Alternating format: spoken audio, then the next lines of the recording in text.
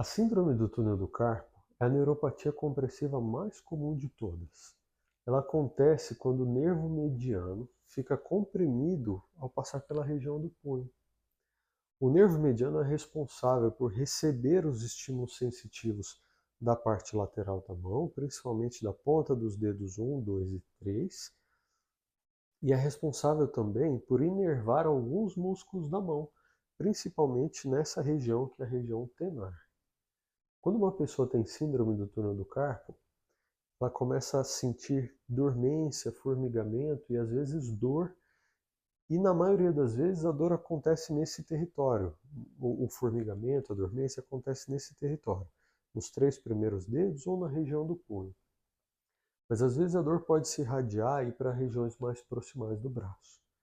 Em casos muito graves de síndrome do túnel do carpo, pode acontecer atrofia e fraqueza, principalmente da musculatura da região tenar.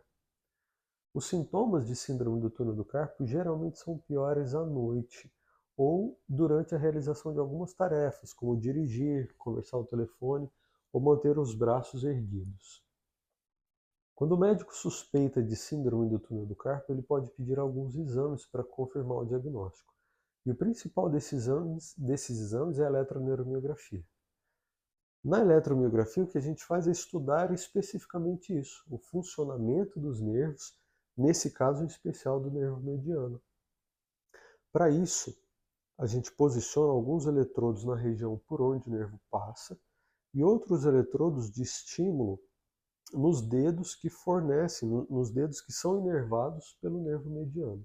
Então a gente consegue estimular uma região do nervo mediano e captar esse estímulo no próprio nervo mediano depois que ele passou pela região do punho, pelo túnel do carpo.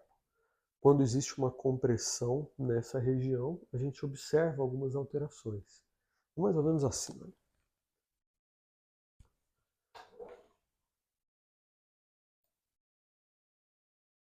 Aqui eu comecei um estímulo elétrico.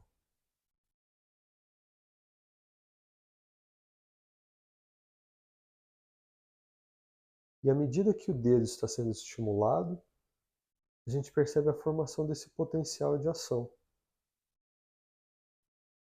Com isso eu consigo avaliar se a velocidade de condução do nervo é normal, ou seja, se ele conduz o estímulo na velocidade que ele precisa conduzir, e se o potencial é normal ao longo do trajeto do nervo. Quando existe dúvida sobre essa velocidade de condução, sobre a amplitude do potencial, a gente pode fazer esse mesmo estímulo no meio da palma e captar nesse segmento mais curto. Isso demonstra de forma inequívoca que a região de compressão, ou que a região de perda da velocidade de condução do nervo, está localizada na região do punho e confirma o diagnóstico de síndrome do túnel do carpo.